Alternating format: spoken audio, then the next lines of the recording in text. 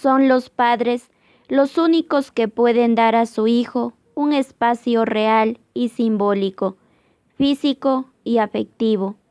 Solo ellos pueden despertar en su hijo el deseo de vivir, de conocer y de amar el mundo. Este programa consta de dos partes.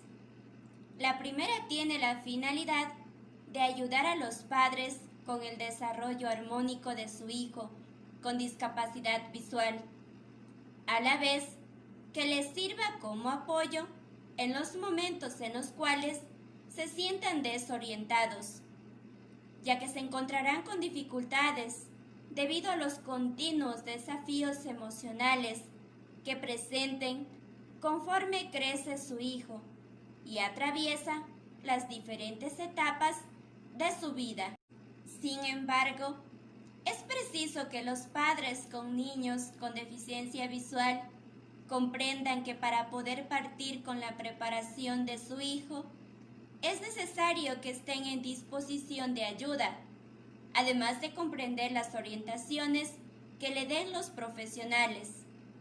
Por lo tanto, deben gozar de un estado emocional sereno, incompatible a veces con la angustia y la desorganización psíquica que conlleva convivir con la aceptación de la discapacidad.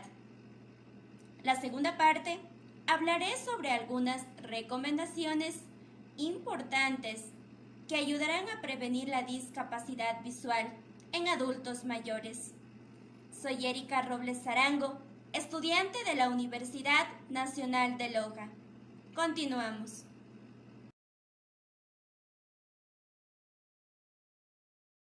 En este video vamos a estar hablando de una de las 4 P's: prevención, predicción, plasticidad y participación.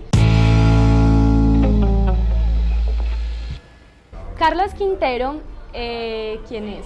Soy Carlos, soy médico, soy el esposo de Liliana, soy el papá de Tomás y Dianita, y mi pasión grande dentro del ámbito laboral profesional es la atención de los niños con discapacidad. Para referirnos a la segunda P, que ya habíamos visto, es prevención. Cuando hablamos de prevención, tenemos que sacarnos la idea de que vamos a prevenir la condición de salud que genera la discapacidad. No es el objetivo dentro de quienes hacemos estrategias de rehabilitación, sino de disminuir todas las situaciones que se generan. Por ejemplo, una familia que tuvo un buen acompañamiento desde el principio, que tiene más clara la condición que su niño tiene y va a estar aceptando todas aquellas estrategias que, por ejemplo, faciliten la inclusión del niño a la educación preescolar, el acceso a un programa deportivo, el acceso a un parque recreativo. Es decir, cuando tenemos claridad de la condición del niño, vamos a empezar a abrir todos los espacios, o vamos a empezar a hacer una serie de acciones que van, en este caso sí, a disminuir las consecuencias que se generan por la discapacidad. Por ejemplo, las contracturas, algunas malformaciones ortopédicas. Con ciertos dispositivos o tecnologías de apoyo vamos a poder también facilitar la vida del niño, y todo esto es el concepto de prevención de la discapacidad. Bueno, ya en cuanto a estrategias específicas que han surgido desde la rehabilitación, creo que en este punto es importante decir que no es tan importante si yo me matriculo en este o en el otro método. Realmente la literatura médica no ha soportado con suficiente evidencia científica que haya una de ellas que sea superior, y por lo tanto, en este sentido, lo que es más importante es tener claros unos principios de intervención, y ya a partir de ahí se pueden derivar ciertas metodologías. ¿Cuáles serían esos principios que son muy importantes?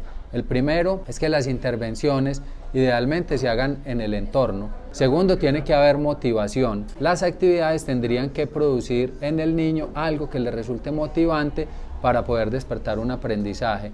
Debe haber muchas repeticiones, se aprende por repetición. Entonces muchas de las actividades que hagamos implican que constantemente y durante el día los papás estén acompañando este proceso. Y otro cuarto, me atrevería yo a decir, es que el terapeuta obra en este caso como un facilitador, es quien guía el proceso de rehabilitación, pero no es necesariamente quien lo hace. Él da una orientación a los papás, y los papás, sin que tengan que convertirse en terapeutas, sí se convierten en artífices muy importantes de todo el proceso de rehabilitación. ¿Por qué? Porque están en continua interacción con el niño, ellos son los cuidadores y son los que pueden desarrollar muchas de estas estrategias.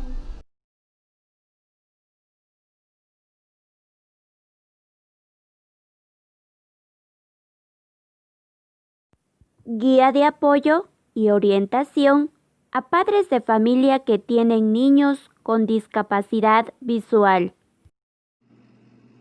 Cuando se tiene un hijo con limitación visual dentro del hogar, se origina un proceso de duelo similar al que viven las personas cuando se produce la pérdida de un ser querido. Se ha podido comprobar que el duelo es necesario para lograr un mejor ajuste emocional.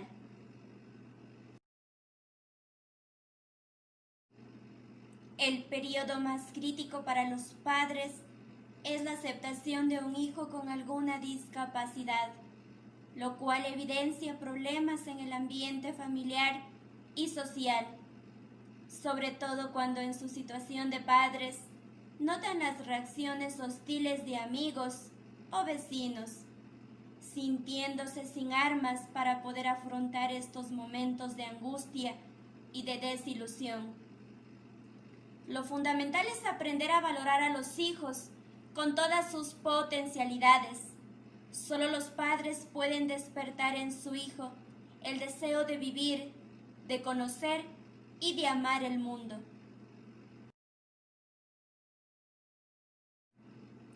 Para generar una actitud positiva ante la presencia de un niño con déficit visual, es fundamental estar dispuestos al cambio, con todas sus preocupaciones, inquietudes, incertidumbres y con todos esos sentimientos propios. El hogar debe ser un espacio de convivencia amorosa, comenzando por la aceptación de las diferencias de su hijo y logrando que alcance un mejor nivel de desarrollo integral. Los padres tienen que pensar que todos somos diferentes, tanto en manifestaciones genéticas, personalidad, aspecto físico y en la forma de pensar. No existen puntos comunes de interpretar el mundo. Por lo tanto, estamos hablando de la diferencia de individualidades. Su hijo con discapacidad visual es un ser único por apreciar el mundo de otra manera. Sin embargo, no es distinto en su desempeño cognitivo, emocional o afectivo, en su crecimiento y desarrollo. Hablar con sus hijos sobre el significado de la discapacidad visual. Pero para esto, los padres deben revisar previamente lo que esto significa para ellos. Y si ustedes lo perciben como una catástrofe, le dificultarán al niño el realizar hasta las más mínimas tareas. Si los padres se esfuerzan por desarrollar actividades con su hijo de manera positiva, el niño también será positivo en su percepción y se autovalorará. Ayude a su hijo a formar un buen autoconcepto de su discapacidad y, sobre todo, a ver la realidad de sus habilidades, capacidades y limitaciones para que no existan falsas expectativas en ellos. Instruya a su hijo a que no minimice aquellas tareas difíciles que implica ser limitado visual, pero que tampoco se ofusque en el reconocimiento de su capacidad individual. Enséñele a quererse tal como es, pero siempre tiene que estar convencido de que ustedes lo quieren, de tal manera que ese gran sentimiento lo libere de lástima, pero sobre todo de la sobreprotección. Enséñele al niño a no obtener ventajas de su discapacidad. Además, a adquirir responsabilidades en las tareas del hogar de acuerdo a su edad. Estimule a su hijo a experimentar diferentes experiencias dentro del hogar, como las debidas explicaciones de los acontecimientos que se presenten, motive su capacidad de respeto a los demás, haciéndole respetar a sus hermanos. Permita que su hijo pueda elegir lo que desea, por ejemplo, la ropa de acuerdo a la ocasión. No pretenda ajustarlo a su modo de pensar ni de la familia. No intente que su hijo se ajuste a las formas preconcebidas de las personas con discapacidad visual. Recuerde, él es único, a pesar de que posea características de una persona con deficiencia visual. Valórelo y elimine en lo posible cualquier actitud de desvaloración que se presenta frecuentemente en las personas con déficit visual, debido al estado de depresión de la madre. Esto puede generar sentimientos de autocompasión al sentirse inútil, al no poder realizar las actividades hogareñas.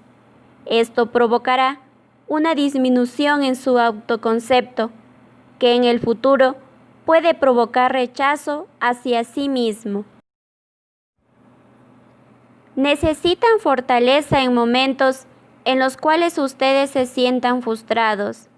Recuerden, son personas capaces de superar todas las dificultades que presenten sus hijos al realizar una actividad.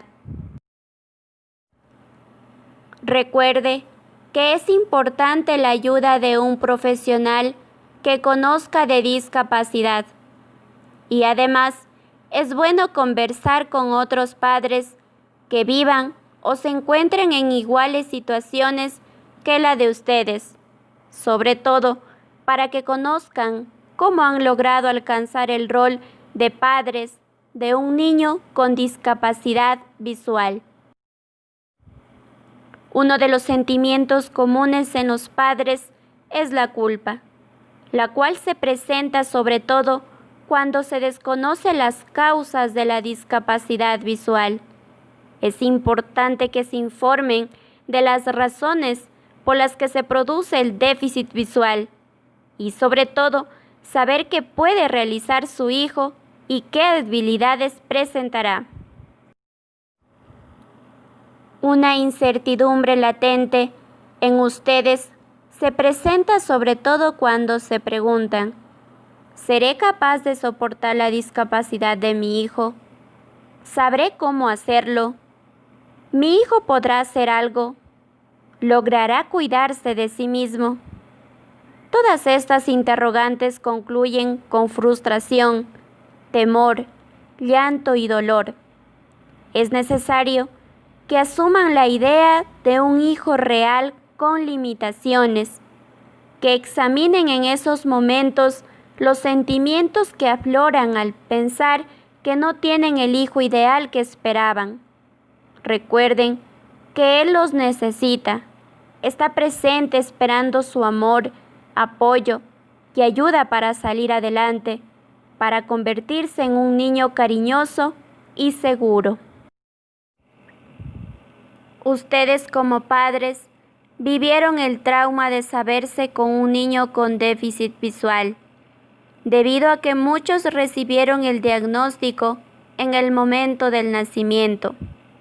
Otros padres se enteraron en etapas más tardías o se les notificó que la visión del niño va a ir disminuyendo progresivamente y que en algún momento el niño va a quedar ciego, o que aparte de la dificultad visual tiene otro problema asociado, ya sea una discapacidad intelectual, parálisis cerebral, etc. Todos ustedes comparten la pérdida del niño ideal. Lo importante es enfrentarse a este sentimiento, expresarlo y compartirlo con su pareja, sabiendo lo que significa para los dos y para la familia la limitación visual, y con todo el amor que le pueden otorgar a su niño, deben de aceptar a su hijo que nunca fue y que dejó de ser, pero que ahora es su hijo. deben darse la oportunidad de escuchar a su pareja y ser escuchados, sin egoísmos ni orgullos, donde surjan sentimientos de culpa del uno y del otro. Realizar un diálogo constructivo. Pensar que este dolor no tiene que ser una barrera insalvable. Los sentimientos de ira, tristeza, miedo o vergüenza no debe ser causa de derrota y romper a la familia. Por lo tanto, invito a que compartan todo el dolor, así como comparten sus alegrías, para que puedan enfrentar con seguridad el reto impuesto. Recuerden, la unión hace la fuerza y sobre todo nos hace más solidarios. Es necesario no herirse los unos a los otros. Tienen que darse la oportunidad de crecer y ayudar a sus hijos en el crecimiento individual. El miedo se puede derrotar y tienen que intentarlo. Recuerden, su hijo con discapacidad visual se adapta fácilmente a su condición con un aprendizaje progresivo. Ellos hacen conciencia de su diferencia y su ajuste al medio social es más fácil. Para que se logre esto, los padres son los que consiguen actitudes positivas en cuanto a su limitación y garantizan de esta manera un desarrollo psicológico óptimo en su hijo. Los mismos niños se ingenian alternativas para realizar algunas actividades visuales, niños con baja visión, pero ustedes deben estar atentos sobre todo las actividades que ellos tienen que realizar bajo la supervisión del adulto, como por ejemplo el uso de la bicicleta. El nivel de calidad de vida, el grado de participación social y posibilidad de una vida útil y productiva para las personas con discapacidad visual dependerá de gran medida de la magnitud del problema, los factores asociados, los recursos disponibles en la comunidad, el grado de participación de los padres y de la estimulación temprana.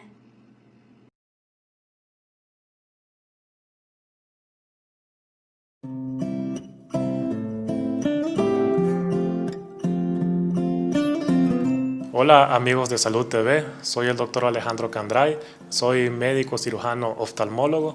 Este día vamos a platicar sobre la discapacidad visual. La discapacidad visual se refiere a toda condición que puede ocasionar pérdida visual y esta se puede clasificar en varios tipos. Puede ser, por ejemplo, congénita o adquirida y ahí podemos ver muchas causas que afectan, por ejemplo, a los diferentes grupos de edad. Pueden ser también reversibles y no reversibles.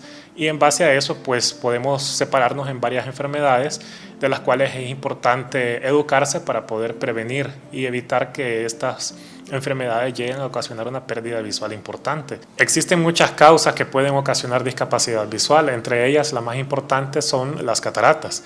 Estas afectan a personas mayores de 60 años que ocasionan una pérdida progresiva.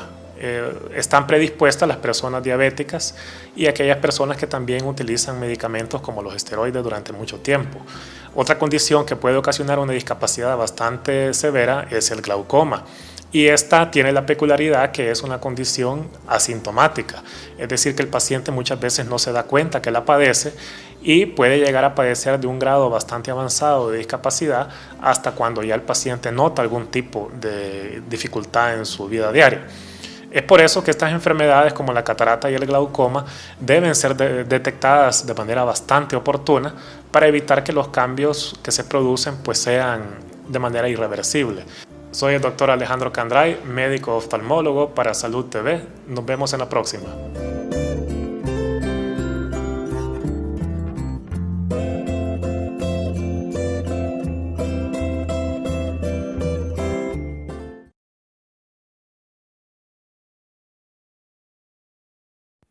Recomendaciones que ayudarán a prevenir la discapacidad visual en adultos mayores y niños.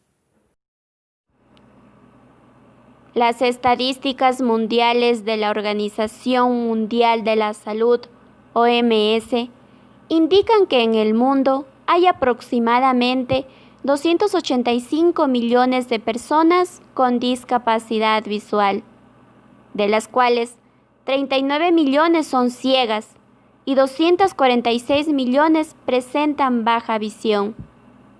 Según la OMS, los errores de refracción no recogidos constituyen la causa más importante de discapacidad visual a escala global. Pero en los países de ingresos bajos, las cataratas siguen siendo la principal causa de ceguera.